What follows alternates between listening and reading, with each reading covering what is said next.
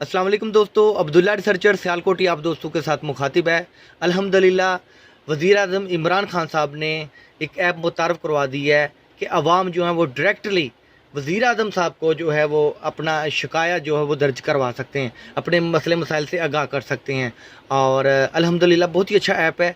मैं कोशिश करके इस वीडियो के साथ ही लिंक जो है वो अपलोड कर रहा हूँ आप दोस्तों की आसानी के लिए। आप वहाँ पे उस ऐप को प्ले स्टोर पे जाके एंड्रॉयड ऐप को है ऐप जो है वो आप उसे डाउनलोड करें और वहाँ पे अपने आप को रजिस्टर करें।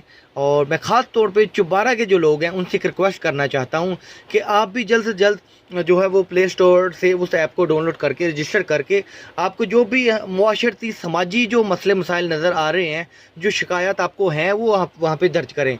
मैं चाहता हूँ कि आप पहले जो है शिकायत अपनी ज़ाती तो आप वहाँ पे दर्ज यकीनन करेंगे जो अभी आपको प्रॉब्लम्स हैं, मगर मैं चाहता हूँ कि पहले समाजी मुआशरती जो हमारे जो मसाइल हैं चुबारा के अंदर, वो लोग जो हैं वहाँ पे अपलोड करें। बहुत शुक्रिया, दुआ में याद रखिएगा। अस्सलाम वालेकुम रहमतुल्लाह।